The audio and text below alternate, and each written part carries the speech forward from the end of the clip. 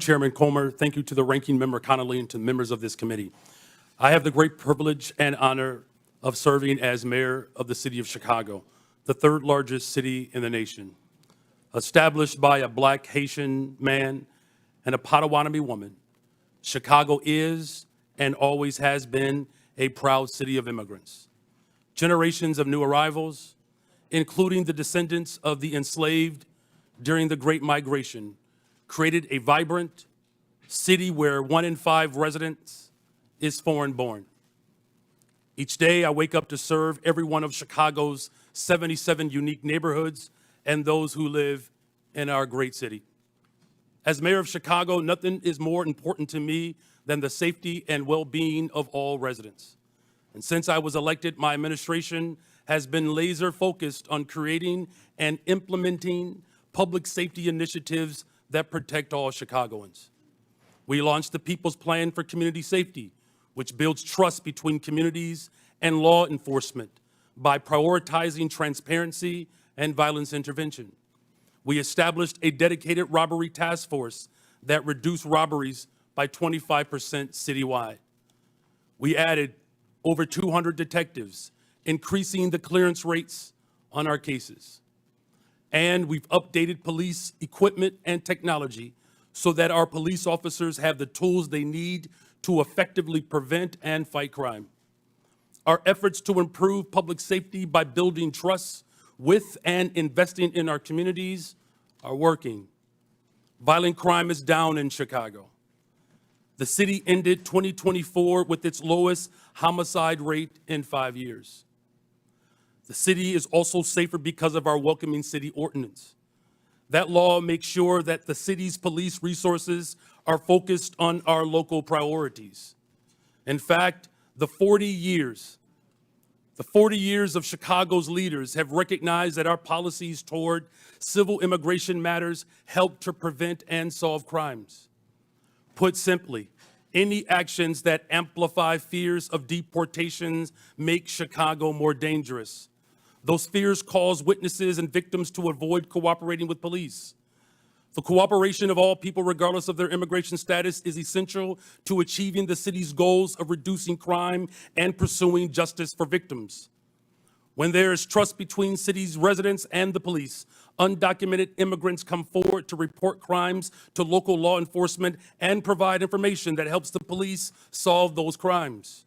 And now, I know there are myths about these laws, but we must not let mischaracterizations and fear-mongering obscure the reality that Chicago's crime rates are trending down.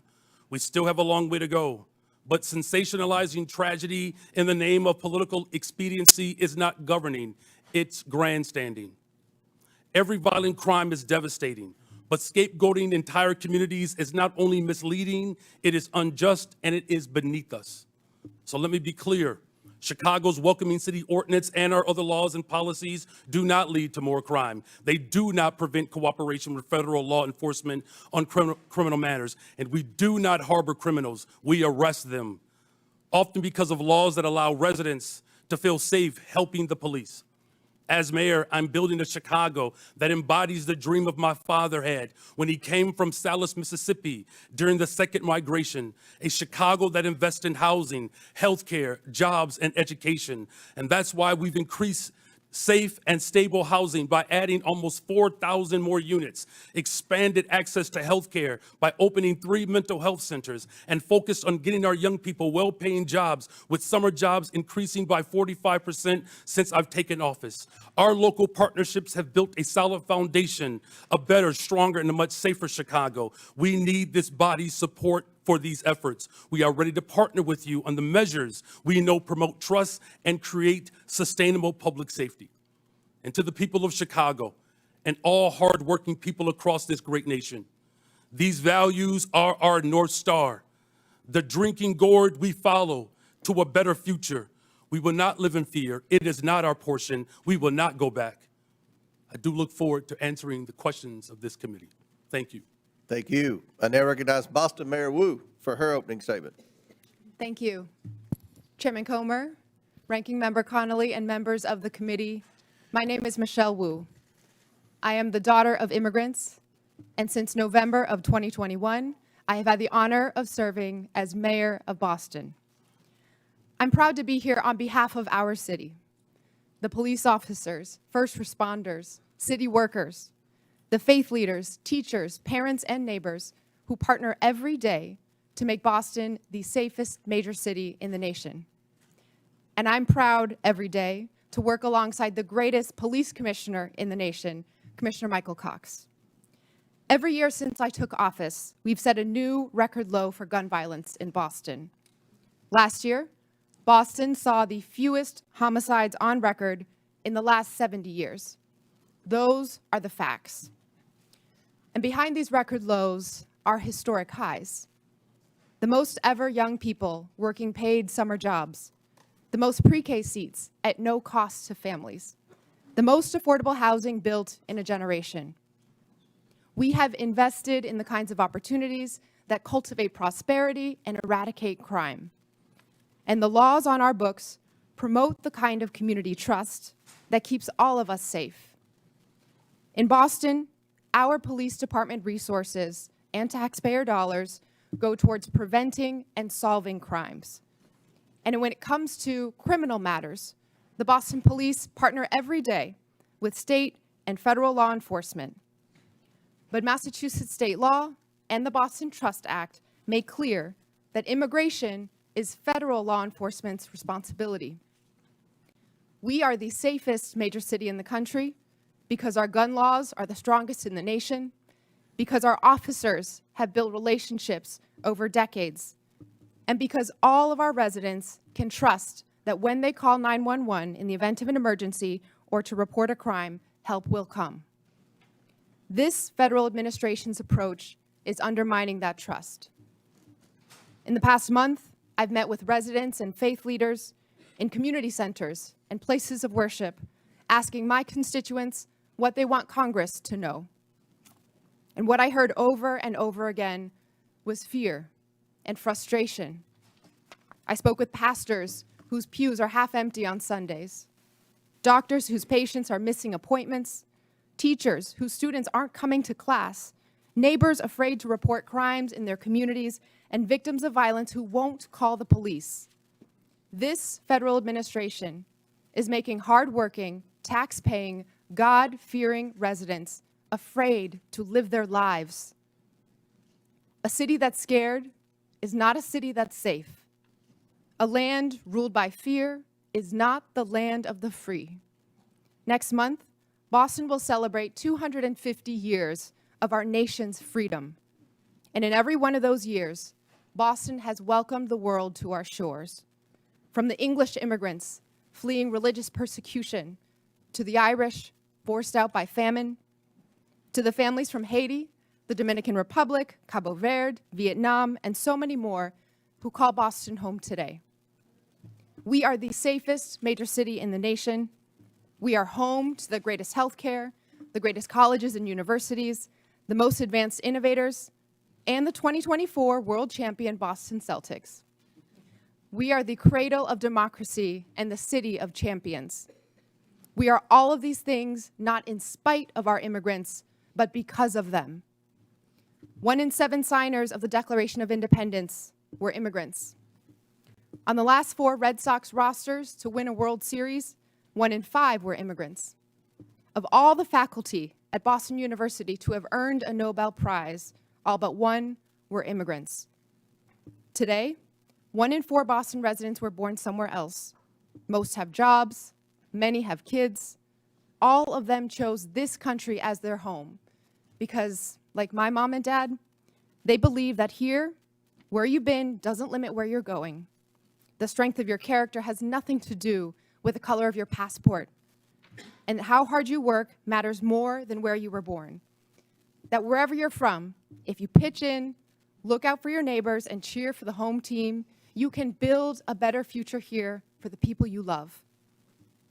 So to every one of my neighbors back in Boston, know this: you belong here.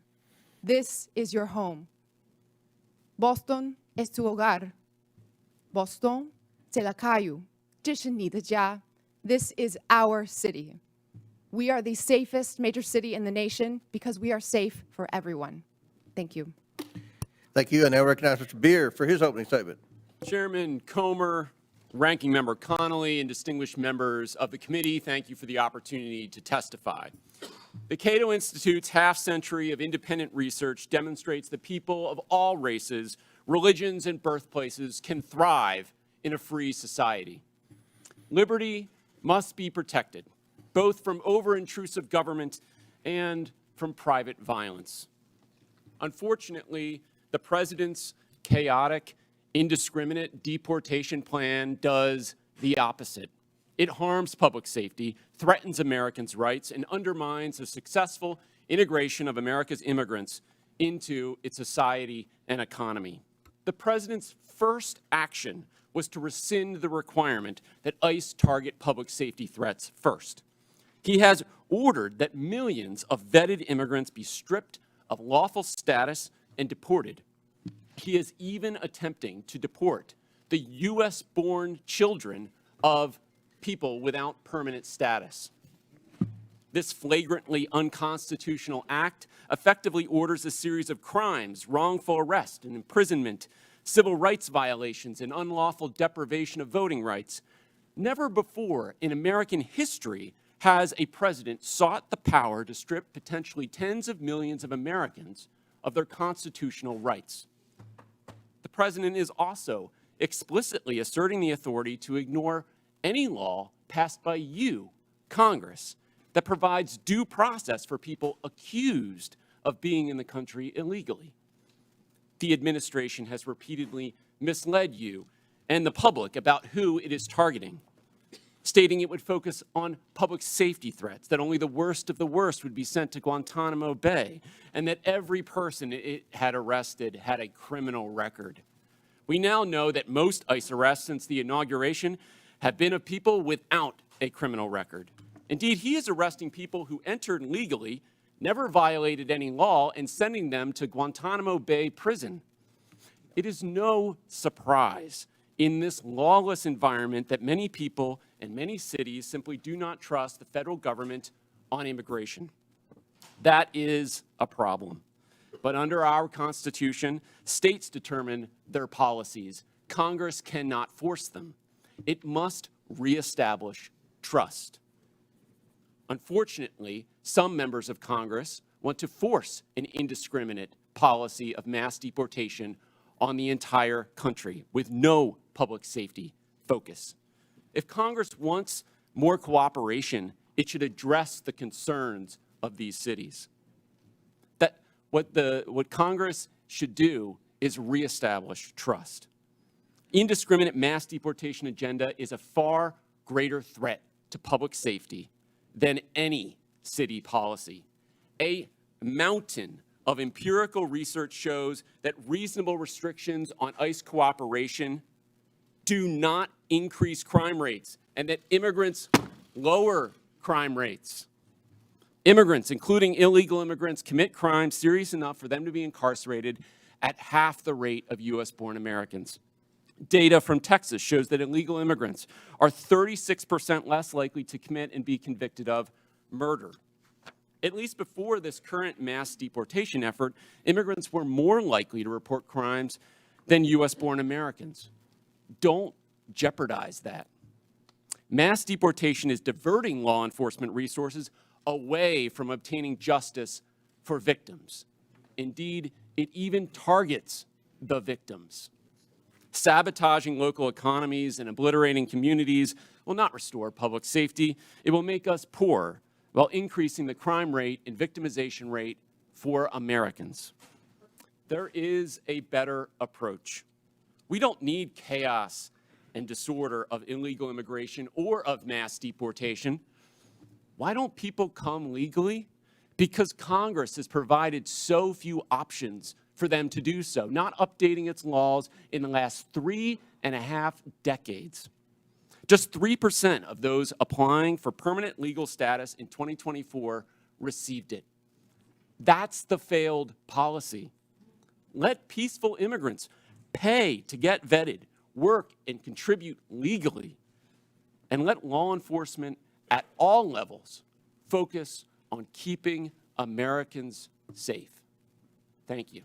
All right, our witnesses have concluded their opening statements. We're going to begin with questions from members, and I want to remind the members, we have 60 members today that are going to ask questions. So I'm going to strictly enforce the 5 minutes. I'll hit the gavel if anyone's still talking, and we'll allow the witnesses to answer the question. But let's please be mindful, we have a lot of questioners today for this very important hearing, and again, we thank the witnesses. I'll recognize myself to begin questions for 5 minutes, and I have limited time, so I want to start with a simple yes or no question, and I'm going to hold you all to that because after the first question, then we'll allow for a little more time. But Mayor Johnston, in 2017, Denver prohibited city officials, including corrections officers, from assisting and cooperating with any investigation, detention, or arrest procedures related to federal immigration laws. The city also stated that federal immigration authorities shall not be granted access or allowed to use the secure areas of any city or county jail. Mayor Johnston, is Denver a sanctuary city? A lot of folks use that term. Yes or no? Sorry, Mr. Chairman. Folks use that term differently. I can tell you what Denver does. We do not. Okay, I take that as a yes. Mayor Johnson, no, yes or no? I take that as a yes.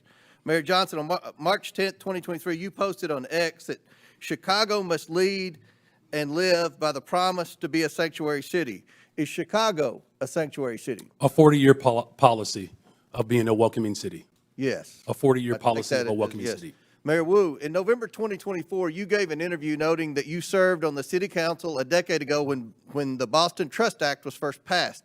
You said in that interview that in terms of Boston's policy, there is a prohibition on resources and personnel going to enforce civil immigration detainers, meaning Boston police and other departments cannot cooperate with ICE when it comes to detaining on civil warrants.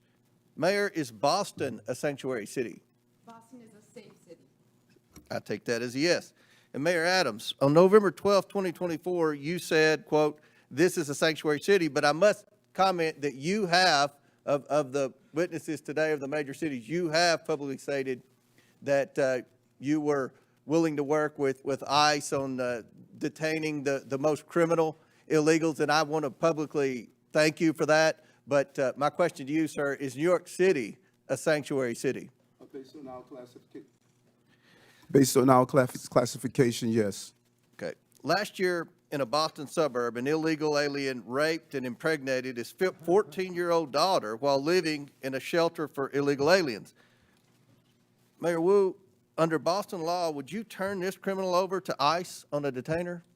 Whenever there's a criminal warrant, Boston police enforce that and hold people accountable. So would you turn that criminal over to ICE? This happened outside the city of Boston, but I can tell you in the city, whenever someone commits a crime, whenever there's a criminal warrant, we hold them accountable. If ICE deems that they are dangerous enough to obtain a criminal warrant, and the Boston police will enforce it. Will you turn that criminal over to ICE? We follow the laws, I and take we that make as a no. sure that everyone. In Chicago, is an illegal alien who is a suspected member of a violent foreign gang who was brought into custody for his potential involvement in a murder. He was released when Cook County declined to press charges. This illegal alien is also facing charges for kidnapping and sexually assaulting his former girlfriend last year. Now he's on the streets. Mayor Johnson, under Chicago law, would you turn this criminal over to ICE on a detainer? Our local law enforcement works hard every day to get criminals off the streets of Chicago. Would you turn that criminal over to ICE? That's the problem. That's one of the topics of this conversation. That's one of the problems we've heard from Tom Hammond and from the Homeland Security is that in your cities, when someone's apprehended for a crime and ICE is now with this new federal policy wanting to come in and deport the criminal alien, that you will not cooperate with ICE. Will you turn that criminal over to ICE? And we do not harbor criminals. Our local police department works hard every single day to ensure that the city of Chicago is Yes safe. or no? Will you turn the criminal over to ICE?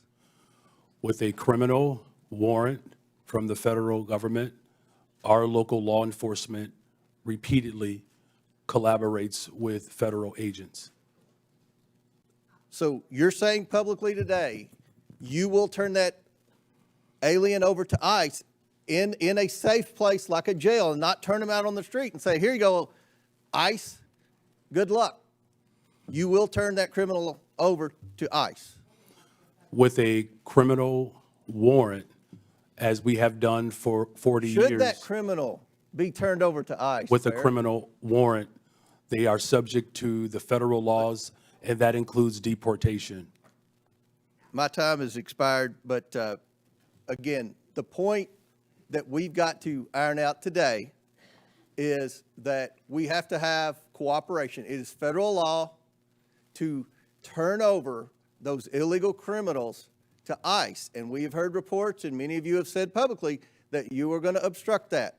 That is against the law, and we're going to hear more about that today. Now, I recognize the ranking member, Conley, for his 5 minutes. Thank you. Mayor Wu, I quoted Tom Homan, the so-called border czar, saying that he wanted to bring hell. He was bringing hell to the city of Boston. What did you understand him to mean by that? Let's talk about Tom Homan. Shame on him for lying about my city, for having the nerve to insult our police commissioner who has overseen the safest Boston's been in anyone's lifetime. Bring him here under oath, and let's ask him some questions.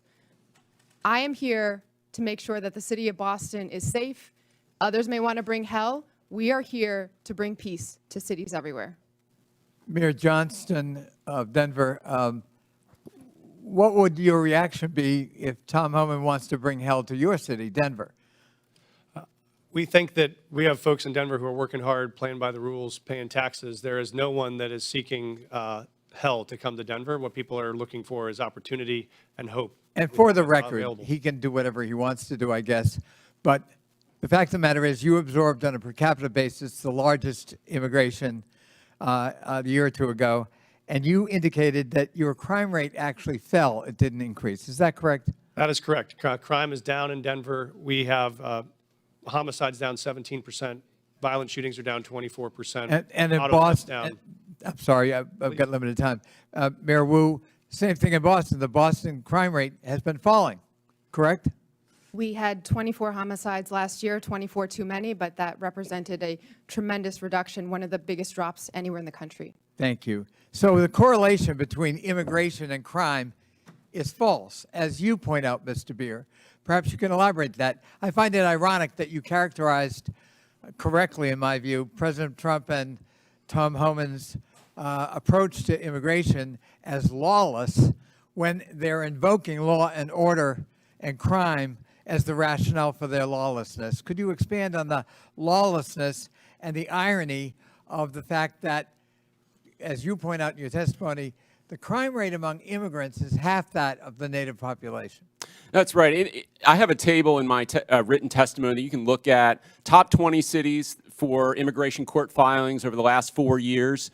19 of those cities saw a decline in their homicide rate. If you look at all of the major cities, there is a negative correlation between increasing numbers of immigrants and the homicide rate. So that means more immigrants, lower homicide rates.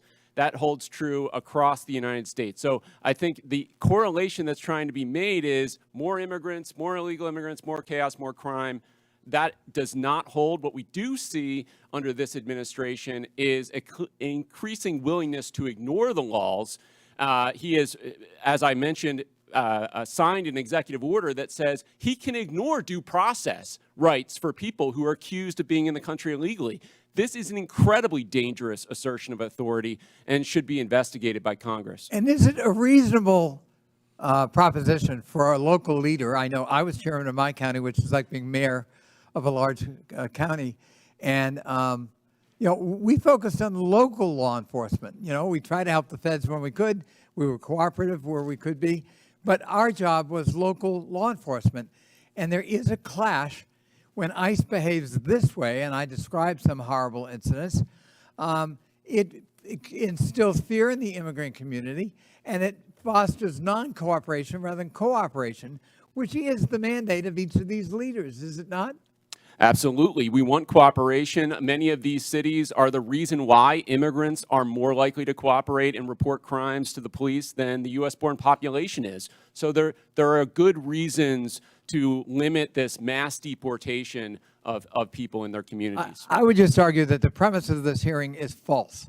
We have local law enforcement cooperating with the local political leadership, and it's working. It's bringing down crime rates. And the proposition that immigrants cause crime is false.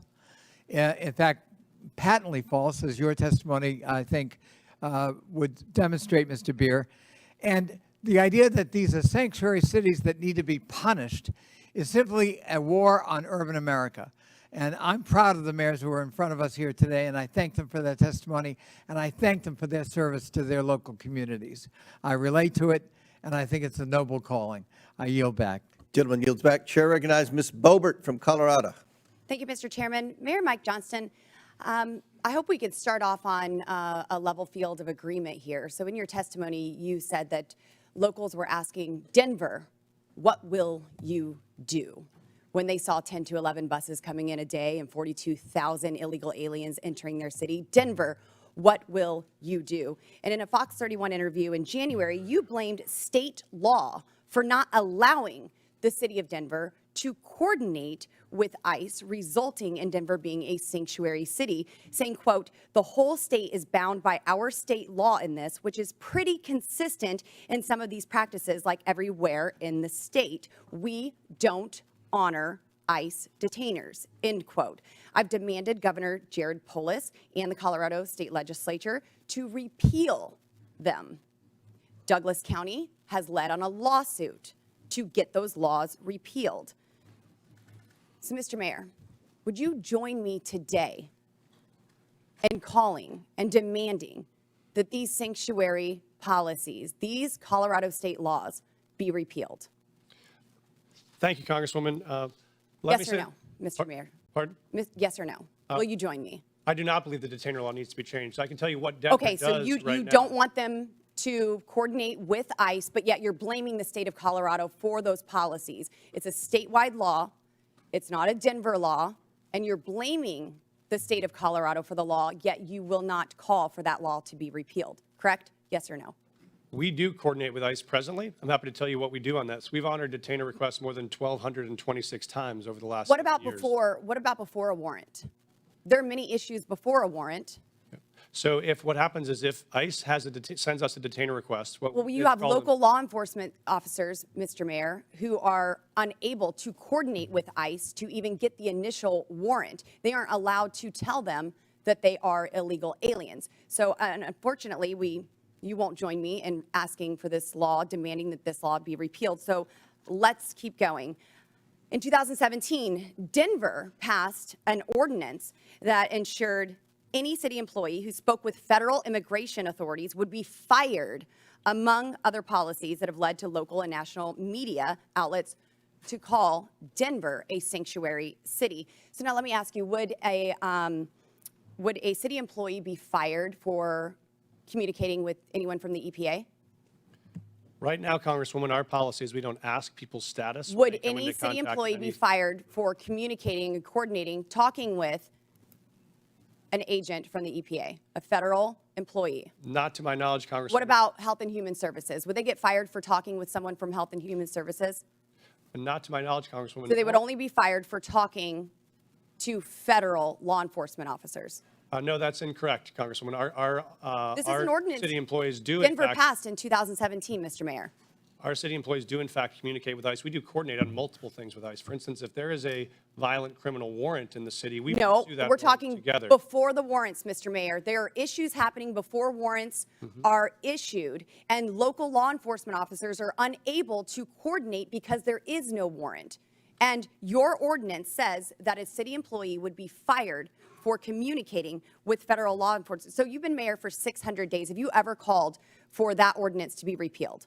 We are not unable to coordinate with ICE right now. We are in communication with ICE right now. Only if about- there is a warrant, but I'm talking prior to the warrant. We wouldn't have a reason to coordinate. Because you prior don't know to if they're warrant. illegal, because you are unable to coordinate until there is a warrant. So that's why this ordinance needs to be repealed. So now the 600 days, there's been no time to ask for this to be repealed. You did have a newcomer's playbook, 25 pages. You had time to put that together.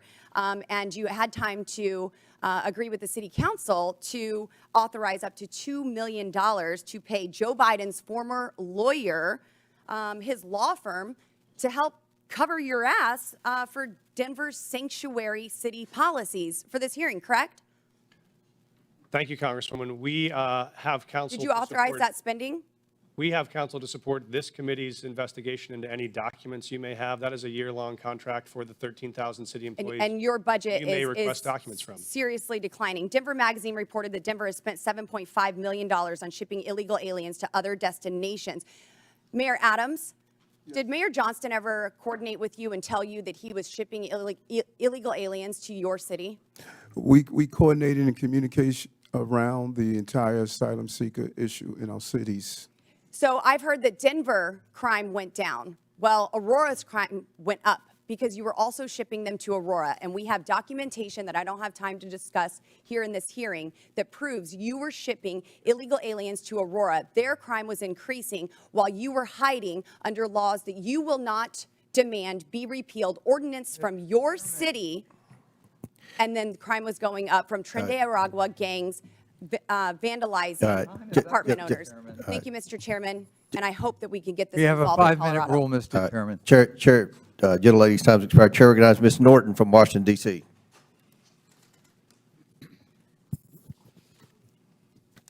There have been a lot of talk today about these cities and their, in my view, principal decision not to respond to extrajudicial ICE detainers. But I would like to back up and talk about these detainers, what these detainers really are.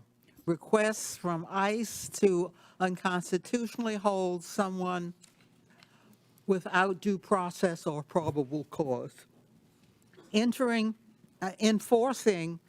ICE detainers is also expensive, often results in mistakenly holding U.S. citizens and undermines public safety.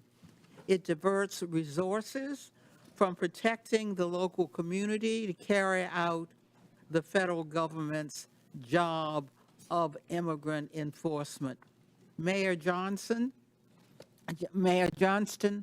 what challenges do ICE detainers represent to your law enforcement and city resources? Thank you, Congresswoman. I think that was to me, right? Sometimes I That's get correct. confused. Okay. Thank you, Congresswoman. I think it's important, I appreciate to describe what Denver currently does in terms of what coordination looks like and what it doesn't, which is if we get a detainer request, if we have someone in our custody that ICE would like to get access to, what we do is we provide them a notification of release. And so if that person will be released from our custody, we notify them of the time and the date when they will be released. So ICE, if they choose to, could pick that person up. We have done that 1,226 times over the last 7 years. And that has enabled ICE, when they choose to be able to bring someone into custody. What we do not do is hold someone beyond their release date, because there are multiple courts who have found that to be unconstitutional. If someone is serving a sentence and that sentence expires this Friday, we can't hold them another 7 days without an additional charge. And so that is what state law does, and sheriffs around the state would say it is a strain on local resources to hold them for a civil issue that is not linked to a criminal charge that we have in our city or another jurisdiction. That's why we don't honor those types of detainers. Mayor Johnson, how about for Chicago?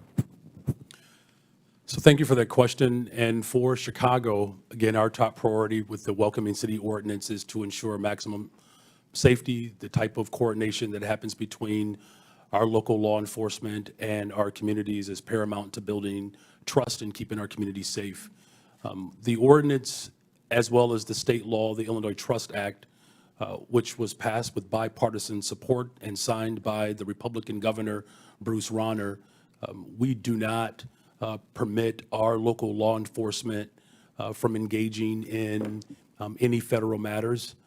With a criminal warrant, our city and our state will cooperate with the federal government, but without a criminal warrant, our local law enforcement focuses in on local issues to keep the people of Chicago safe. Mayor Wu, how would fulfilling ICE detainers detract from public safety in your city? Thank you, Congresswoman, for hosting us, first of all, in your district. We hear every day from Boston residents, a city that is 28% people who were born in another country, that the trust and feeling that they know they can call 911 when they need help, or if they have information to solve a crime and police need that help, that they feel comfortable in doing so. And so our policy in Boston is that regardless of your background or immigration status, you have access to our libraries. We want you to take your kids to school. We want you to be part of our community. And also, regardless of immigration status, if you commit a crime, if you do harm in the community, you will be held accountable.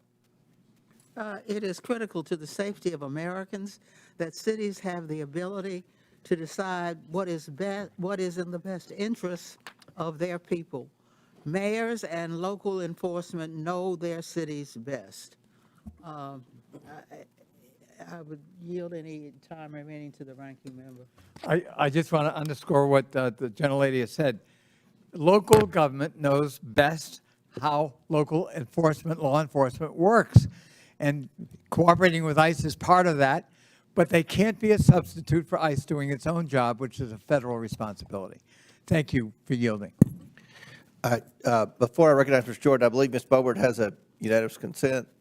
Yes, Mr. Chairman, I'd like to ask unanimous consent to submit to the record multiple local news articles referencing Denver's sanctuary policies, including the newcomers playbook written by Mayor Adams and the budget, which shows millions and millions of dollars of the Denver city budget cut. Without objection, so ordered. Chair now recognizes Mr. Jordan from Ohio.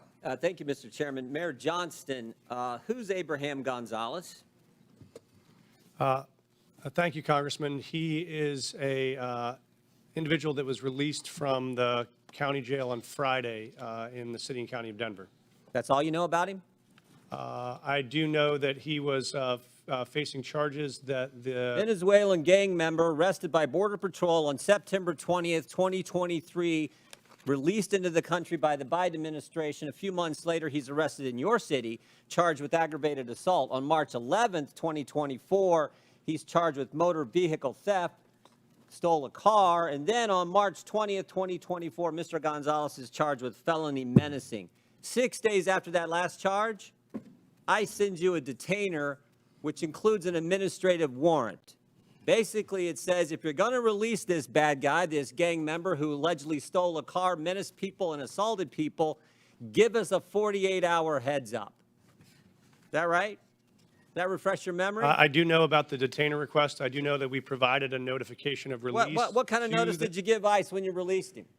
We gave him notification. I'm not sure how long in advance it 1 hour. was. I do know 1 that. hour. I do know that there Give were him a 1 6 hour notice, and you released him 5 days ago, right? Why not give him more heads up? Actually, let's put the slide up. Let's see what it says here. Let's put the slide up. This is what the Denver Sheriff's Department, it's kind of hard to see, so I'll read it. It says, Denver Sheriff Department, ICE notification being released to the streets. I simply said, just release him to us. You release him to the streets. Why not release him to ICE? Thank you. What we've done, and we do this regularly, we've done 1,226 of these, is we notify I'm asking about one. I'm not asking about the other 1,200. I'm asking about Mr. Abraham Gonzalez, who's a gang member from Venezuela, stole a car, assaulted someone. You had him in your custody for how long? I know that we released him. 345 days you had him in custody. And I said, hey, can you give us 48 hours heads up? I don't know. You gave him 1 hour notice. Mr. Congressman, we notified them of release. There were 6 ICE agents present when he was released, so they had enough time to respond and to be present. Respond where? To the jail where we released him from. So we released him we notified them of the release time. When we notify them of release, they come to the jail facility to pick them up. Why didn't you say that's not what you said. You said you released him to the streets. Did you release him to the streets? You release him to ICE? What we do, sir, is we release him from our county jail, and we coordinate with ICE on that release time and release date so that ICE can come and pick them up from that location. Pick them up where? In the parking lot? Yes, sir. They're on the facility Guess property. what happened in the parking lot? I know, sir. I've reviewed the video. So I looked at it. I've talked to the sheriff last night. One of the ICE officers got assaulted, didn't he? I've reviewed the video, They had sir. to tase the guy, didn't they? Would you like me to answer, sir? No, I'd like you to answer, did they tase him? I know that there were 6 officers that had multiple tasers. I saw the So they detention had on 6 video. officers. If you keep him in the facility and they come in the facility and get him, does it take 6 officers? Probably takes 2, doesn't it? So we've been doing these, as I mentioned, 1,224 times, 1,226 times. This is the first time I've been made aware of there's been an incident like this. So I reached out to ICE after I saw the video. I've coordinated with their team and offered to sit down and see if there are procedures we can change. It's a simple make sure this question. works smoothly. It's a simple question.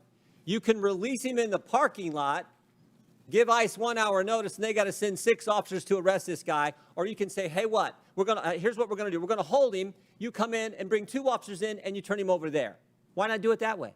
We have a city You ordinance. know why you don't do it that way? We have a city ordinance that Because you're a governs. sanctuary city. This is the whole point. No, sir, I disagree with you.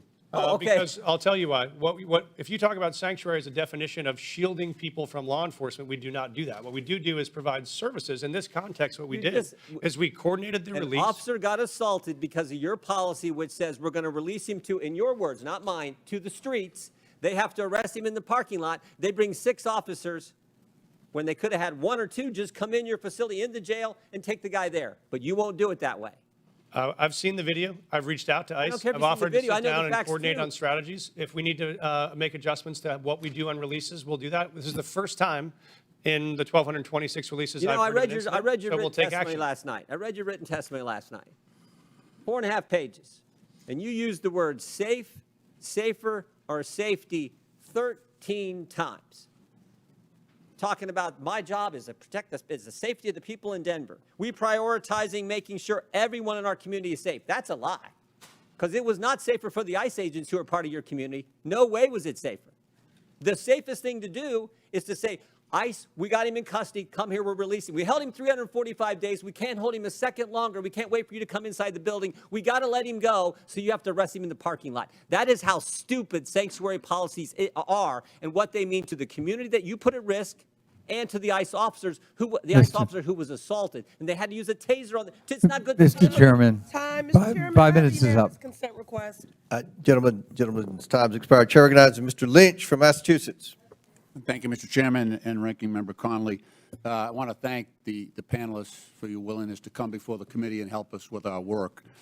You know, I truly believe that if we had a rational and comprehensive immigration policy in this country, if we competently regulated the flow of immigration, if we knew the purpose and circumstances of each immigrant's arrival here, and if every immigrant knew what was expected of them when they arrived, I honestly and truly believe that immigration could be the greatest blessing for our country. Look at our world rivals, China and Russia. No one is trying to sneak into China, sneak into Russia. It's because of what we offer here as a nation. There is a substantive issue that's at play here. And I want to address that. So under Article 1, Section 8, Clause 4 of the Constitution, it provides Congress, and I'll read the section here, to establish a uniform rule of naturalization. And Clause 18 further provides that Congress has the power to make all laws that shall be necessary and proper to execute its enumerated powers, including immigration. So it appears that Congress has taken up that responsibility in the Immigration and Nationality Act, which they exercise under constitutional writ. On the other hand, we have local so-called sanctuary city laws that at times, so those sanctuary cities laws tend to address local cooperation with federal authorities in your jurisdictions, within your cities. And sometimes it does appear that the sanctuary city laws are defending against the congressional grant of authority to operate in that area. Now, you all, as mayors, and I ask this of the entire panel, you deal with this every single day, and we've heard some of it in your testimony eloquently. How do we, as lawmakers, we're struggling with this right now. There's a tension between that authority of Congress to act under Article 1 of the Constitution, and then your responsibility, nobly taken, to provide a safe environment for the residents and visitors to your cities. How do we reconcile, and I'm asking you for advice. You have a great perspective on this. How do we together reconcile the tension between those two operating systems, grants of power? And I'd welcome any advice you have on that, because that's what we are struggling with up here in terms of trying to come up with a comprehensive immigration policy that addresses all of these concerns. Mayor Johnson? Congressman, I'm happy to start the response. We obviously believe there is a federal system that has federal obligations and state and local obligations. We think, as Mayor Wu said, that our officers are uniquely prepared, trained, and ready to enforce local law and to keep our city safe. We want to focus on that. We do not have the capacity for our law enforcement to be doing federal immigration enforcement, but we want to be partners in making sure we're pulling violent criminals off the street. We do that now. We've done it in the past. We'll keep doing it. But we think the capacity for the federal government to focus on. But what I'm trying to point at is this. So the current president of the United States, Donald Trump, rode into office on this issue. On this issue. He put people in fear. I'm in a state that's 2,400 miles from the border. We're going to spend $1.5 billion on providing services and housing and everything to people who are in our state unlawfully. He got into office on that issue. So the costs to democracy are massive. It is now threatening our democracy because we have mishandled this issue. So we need to get together on this and turn immigration, like I say, into the greatest blessing that this country has, and not something that people are afraid of. That's the challenge. May I, Congressman? Please. This may be the last my blue. friend. This may be the last blue dress I'm wearing this month. It's going to be green from here on out as we celebrate Irish American heritage back at home. Please pass comprehensive immigration law that is consistent and compassionate. That will make our jobs possible, and we would so appreciate that partnership. I hear you. Thank you. I yield back. Gentleman yields back. Chair recognizes. Chair, I have a unanimous consent request. I didn't. I'm sorry. I have a unanimous consent request. All right. Proceed. Okay, I'd like to seek unanimous consent to enter into the record thousands of DHS agents shift to deportation instead of drugs, weapons, and human trafficking. That is February 2025 USA Today. Without Also, objection, so ordered. Parents pull kids from childcare as immigration fears hit U.S. youngest. Without objection, so ordered. Chair. Finally, an 11-year-old girl in Texas died by suicide after she was bullied about her family's immigration status, her mother says. Without objection, so ordered. Chair recognizes Dr. Gosar from Arizona. Thank you, Mr. Chairman. Mayor Wu, I'll be showing up at your house tomorrow with my bags at 5 o'clock. Leave your doors unlocked, please. What are you making for dinner? Because I expect a warm meal and a balanced diet. Now, I'm going to need a car, and please leave me some cash because I'm going to need to go to my doctor's appointment on Friday. That would be to Mr. Mayor Johnson. Now, I don't want to sleep on the couch, so put me up at a luxury hotel. The other Mayor Johnson. Obviously, you wouldn't like this because you don't know me, right? You know nothing about me. You might not like that. Sanctuary cities offer this kind of hope, this false hope to illegal aliens by saying that very thing. Stay with me. We don't tell anybody that you break our laws. Now, thank you. You've made the United States complicit and one of the largest purveyors of human trafficking in the world. Thank you. You're disgracing the legal immigration system that came here, and the immigrants that came here the right way, through Ellis Island at the time, now through our going through our process. And I want to talk about that process because I've always been told, and it's never been really challenged, is that good process builds good policy, builds good politics. I think that works really, really good because you can always fall back to the process. And if the process isn't good, you always get a good process.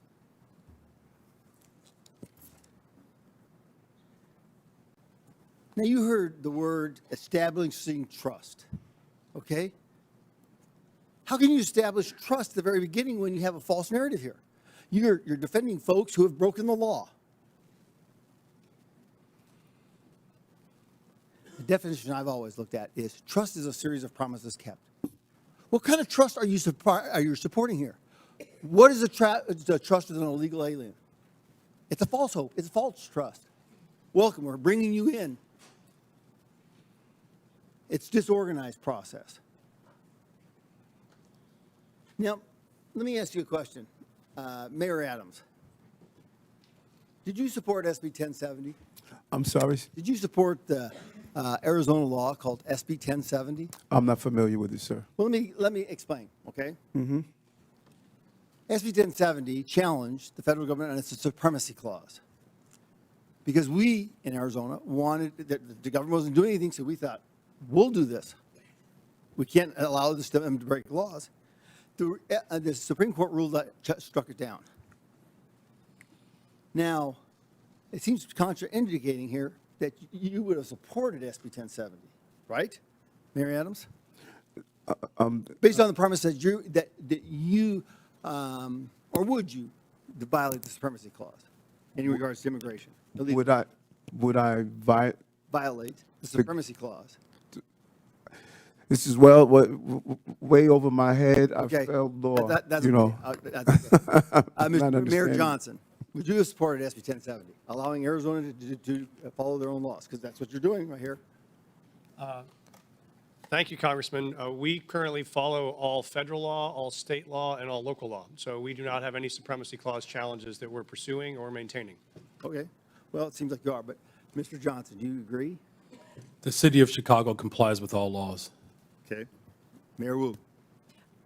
I'm not familiar with that law because I'm focused on the city of Boston, but we follow all state, city, and federal laws in Boston.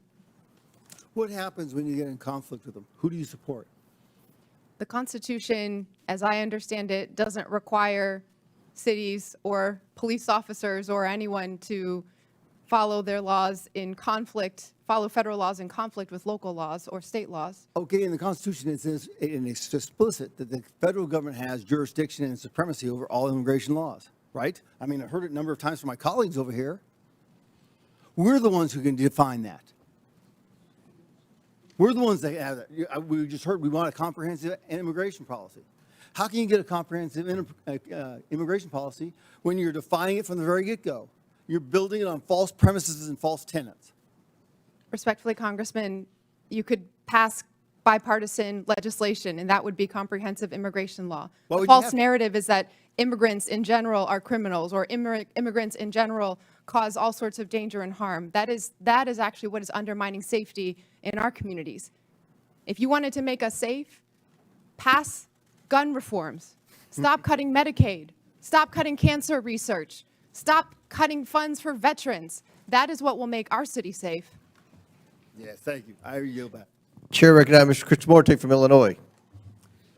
Thank you, Mr. Chair. Mayor Johnson, there's been much talk about Chicago and its enforcement of laws to rid our communities of criminals, so I want to give you a chance to address some of these questions. First, Mayor Johnson, the city of Chicago operates under 4 sets of laws: federal, state, county, and of course, Chicago's own laws, right? That is correct. And most of these laws are not within Chicago's sole power to change. For example, the Illinois Trust Act, a state law, was enacted in 2017 by then Republican Governor Bruce Rauner and dictates interactions between ICE and law enforcement, right? That is correct. And under Chicago's own law, I have a copy of it right here, Chicago is required to help ICE whenever ICE presents a judicial criminal warrant for an arrest, correct? Yes. In fact, Chicago has assisted ICE with criminal warrants in the past, right? Yes. So just to clear it up, any time that ICE does the work and goes to a court to get a criminal warrant to arrest somebody, the city of Chicago not only is required to, but does cooperate to remove that criminal from our community, right? That is correct. Let me turn to another topic. President Trump has said many things about Chicago, including that it is, I have this NBC News report, worse than Afghanistan. Mayor, I'd suggest the facts suggest otherwise. For example, Condé Nast recently named Chicago the best big city in America 8 years in a row. A friendly amendment, best freaking city in the world, city of Chicago. Chicago's the largest rail hub in America. That is correct. Chicago's a quantum technology hub in this country. $20 billion new investment. Chicago area is the home to the second most number of Fortune 500 headquarters of any city in America, right? Just voted again the top relocator for corporate headquarters for 13 consecutive years. And it's home to O'Hare Airport, the most interconnected airport on the continent, is that right? That is correct. That doesn't sound like Afghanistan to me, sir, does it? The city of Chicago is a beautiful place. We also have 20% of the world's fresh water right in our front yard. Our restaurants are amazing. In fact, everything that is dope about America comes from Chicago. A Republican named Lincoln was nominated for president in Chicago, and a Democrat named Obama called Chicago home too. It's the city of big shoulders, the heart of the heartland, the home to the world's best pizza. And we're not going to take any slander from Donald Trump or anyone else lying down. Is that right? That is correct. Sir, I want to turn your attention to another topic. Mayor Johnson, you'd agree with me that high grocery prices are among the top concerns for the people of Chicago, right? The economic conditions that are unfortunately that are not being addressed by Washington has caused a great deal of trepidation and anxiety. Mayor Wu, according to USDA, the wholesale cost of a dozen eggs has gone from $6.59 since January 19th when Donald Trump took office to $8.39, a 27% increase, and this has got to anger Bostonians, right? People are doing their very best, trying their hardest, working multiple jobs, and they need support. Mayor Johnston, I suppose that people in Denver are concerned as well, right? I'm very concerned. This is the most important issue for us, is how we make sure that it's affordable to live in the city. Mayor Adams, the same is true for New Yorkers? Affordability is an issue that's impacting our city, and that's why we're doing the best we can to put $30 billion back in the pockets of working class people. President Trump, if you're watching this hearing, I respectfully ask, when will egg costs be high enough for you to issue one executive order on bird flu? $10 a carton, $15 a carton? It'll soon be cheaper to buy a magazine for an AK-47 than to buy breakfast. This is flat out wrong. Turn to my last topic. Interestingly, last night in a record-long address, the president did not mention the word Medicaid once, which is top of mind for everyone. Mayor Johnson, you don't dispute that 1.6 million people in Cook County are enrolled in Medicaid, right? I do not dispute that. In fact, in most of our safety net hospitals, 70% of the individuals that are being serviced are being serviced through Medicaid. I recently received outreach from Lurie Children's, a preeminent children's hospital located in Chicago. They said, quote, slashing Medicaid will put access to care for all children in our state at risk. You would agree that's unacceptable, right? That is unacceptable. It doesn't matter where you're from. If you're white, black, brown, poor, or rich, massive cuts to Medicaid will devastate our health care system. Thank you, and I yield back. Gentleman yields back. Chair now recognizes Mr. Perry from Pennsylvania. Thanks, Mr. Chairman. Mayors, thanks for being here, leaving your cities to come to Washington, D.C. today. By either definition or by claim, each of you, I think, could justifiably say represent what's considered a sanctuary city. If you could describe it, what would you, sanctuary from what? Anybody? Mayor Johnson, you want to start? Mayor Johnston? Thank you, Congressman. I welcome that because I wanted to clarify. We do not shield people from federal law. I just asked you what, so you don't consider yourself a sanctuary city? We provide services and supports. Do you consider yourself a sanctuary city? That's we do not under that definition. You don't use the definition, you're not a sanctuary. We call ourselves a welcoming city. Okay, so what are you welcoming and who are you not welcoming? Well, we're welcoming everybody. Okay. We don't keep folks. So you're welcoming criminals that you don't have any idea what their crime background is, and you're good with that?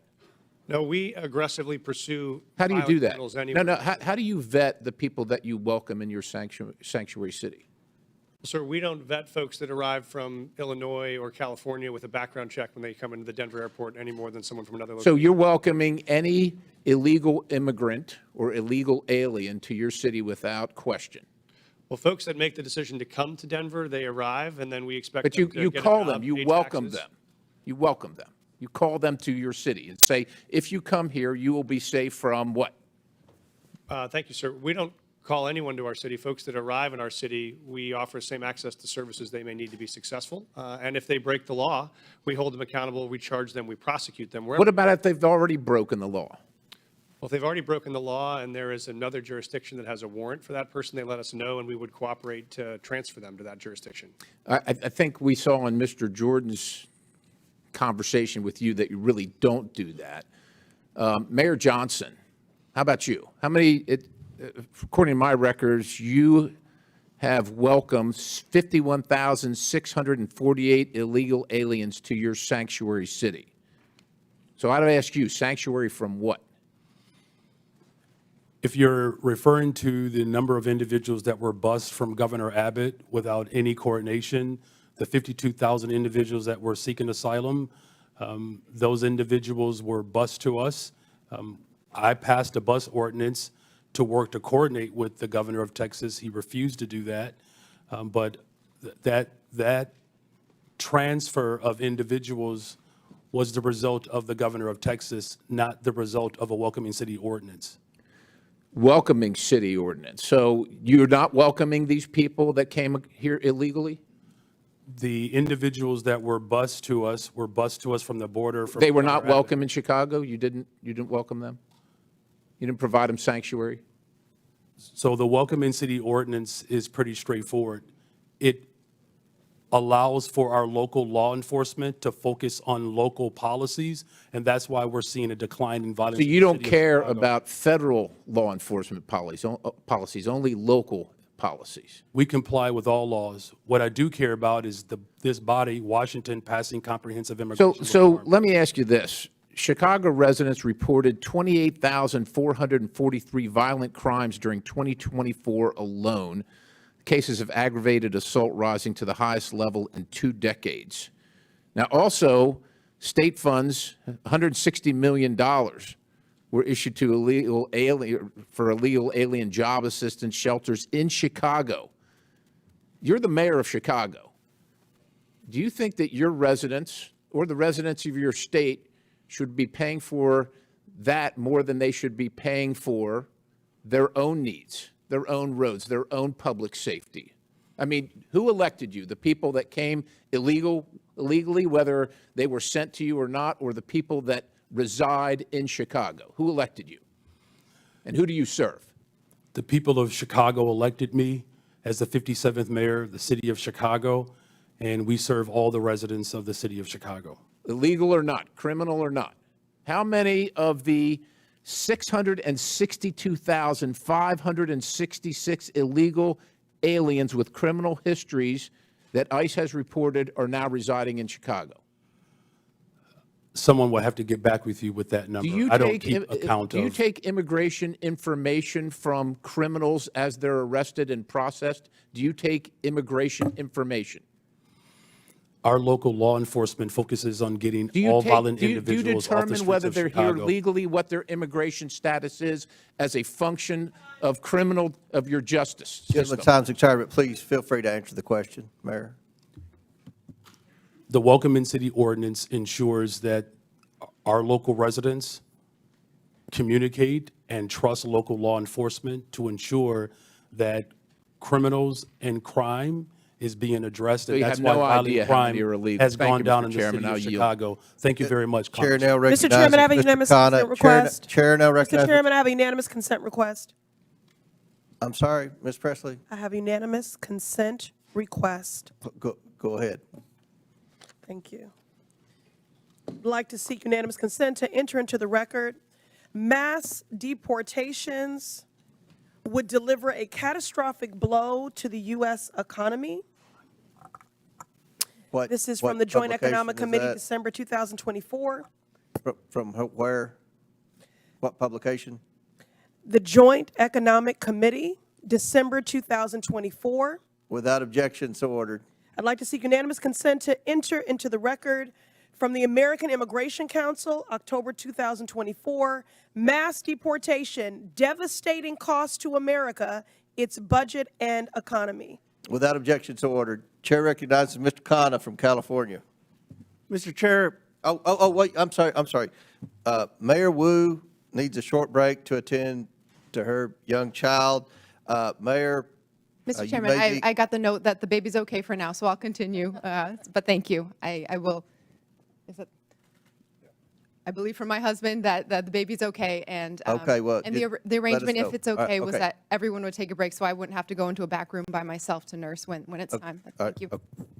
Chair recognizes Mr. Khanna. thank you, Mr. Chair.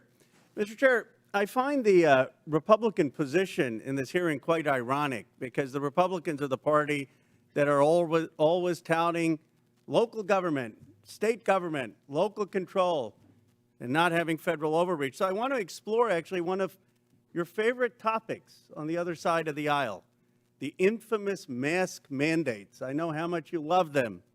When CDC came out with the mask mandate order of January 29, 2021, they said that we needed to have fines of $1,500 for anyone who didn't wear a mask on a plane or in a public space.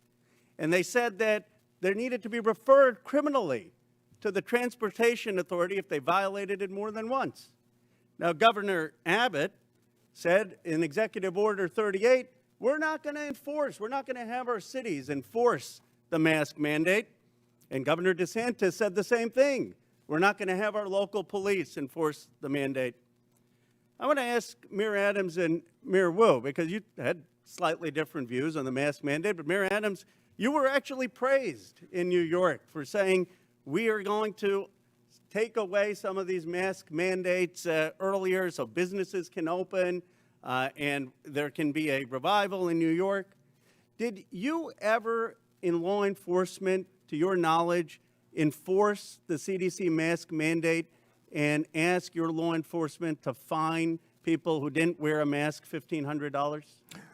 What we did was look at the science and looked at how it will impact business, and after issuing warnings in education.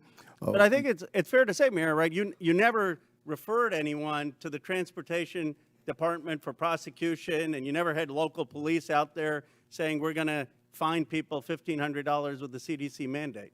The goal was to always ensure that people will carry out the procedure, and we did several education and warning in the process. Mayor Wu, you were a great advocate of masks and looked at the science. Do you know if your city government actually ever used police resources to carry out the CDC or Transportation Department's mask mandate where they were fining $1,500 or referring for criminal prosecution?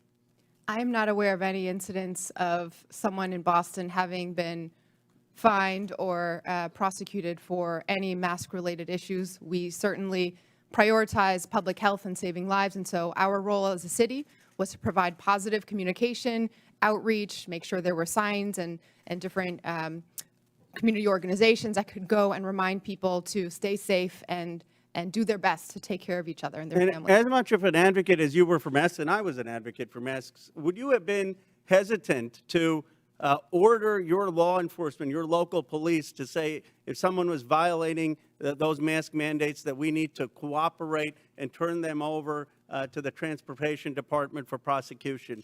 Would that have given you some pause if the federal government were saying use your police departments to fine people $1,500 and give us their records for criminal prosecution? Yes, it would have. And so I guess I'm trying to understand, you know, if we set this precedent that we want cities to be enforcing every federal mandate, then what happens when there's a new Democratic president that comes and says, we want a mask mandate that the Republicans may not want? And when there are conservatives like Governor DeSantis or Governor Abbott saying we don't want our cities to enforce that. do you see, Mayor Wu, any difference between a federal government asking you to enforce laws that ICE is doing versus a federal government asking you to enforce a mask mandate, or frankly, to enforce gun laws that may not be what your local city department is focused on? It does seem that local authority is part of our democracy and part of our system of government. Isn't the real issue here not one of immigration, but of federalism? Isn't the question, I mean, everyone agrees that there needs to be, if there's someone who's convicted of a crime, that ICE has the right to enforce those laws. The question is just, are you going to have local governments in this country be beholden to every new president's directives and an arm for enforcing that? My view is that we ought to have local governments be able to use their police officers for their priorities. That, in its essence, is federalism, and it actually used to be the conservative Republican position. Gentleman's time's expired. Chair recognizes Dr. Fox from North Carolina. Thank you, Mr. Chairman. Mayor Johnson, in the last 4 years, how much has Chicago spent on care for illegal aliens? Thank you for that question, Congresswoman. So since 2022, since the governor of Texas began Just shipping. tell me a number. I don't need a speech. Just tell me a number. So since 2022, since the governor of Texas was shipping individuals to cities across this country, the city's budget, roughly 1% of the city's budget over the course of 4 years. Mayor Johnston, the same question, and I don't need a speech, just a number. Thank you, Congresswoman. Thank you, Congresswoman. It's $79 million over the last 2.5 years. Mayor Adams, same question. How much has New York spent to care for illegal aliens? Approximately $6.9 billion went out of our taxpayers' funds. Mayor Wu, same question. How much has Boston spent to care for illegal aliens in the last 4 years? We do not ask about immigration status and giving city services and providing that access, so we do not have a number. Taxpayers have been bearing the brunt of the massive wave of illegal aliens who've entered the United States. The Biden administration seemingly declared taxpayers and hardworking Americans collateral damage in the pursuit of open borders. Again, Mayor Johnson, are NGOs providing services to illegal aliens in Chicago?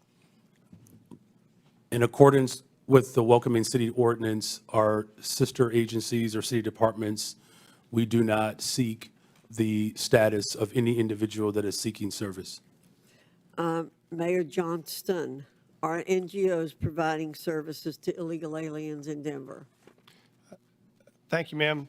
When folks arrive on the streets without food or resources or shelter, we do provide food or shelter regardless of where folks arrive from. Mayor Adams, same question.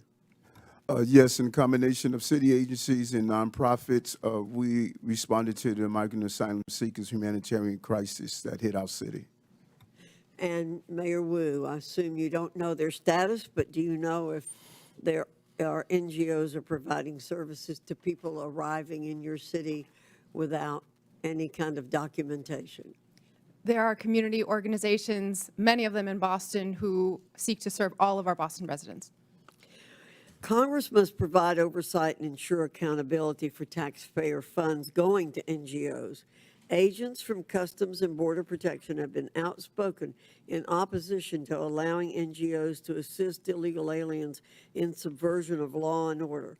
When asked if NGOs are working at cross purposes to the mission of Border Patrol agents, the chief of the National Border Patrol Council said, quote, "Most definitely, and they should not be allowed, but our government allows it," end quote. NGOs receiving taxpayer funding through grants pay for everything from food, shelter, and transportation to legal services that help the migrants traverse Mexico. That is why I introduced H.R. 245, the Grant Integrity and Border Security Act. This bill would require all NGOs who apply for a federal grant to certify as part of their application that they have not, will not, and are not engaging in acts that violate federal immigration law. If NGOs continue violating our immigration laws, then my bill would ensure that no federal funds can ever go to the violators. It's time to pass this bill, ensure accountability, and secure our cities and the border. And with that, Mr. Chairman, I yield back. Gentlelady yields back. Chair recognizes Ms. Brown from Ohio. Thank you, Mr. Chairman. Today, we've heard my colleagues on the other side of the aisle demean and dehumanize immigrants, choosing fear-mongering and political theater over real solutions. So let's take a moment to set the record straight. The best chance for comprehensive immigration reform came in 2013, when a bipartisan Senate majority passed a bill strengthening border security and providing a path to citizenship for longtime residents. But House Republicans killed it. Fast forward a decade later to last year, the Senate crafted another bipartisan deal, one that would have enhanced border security and tackled the fentanyl crisis with better technology and more agents.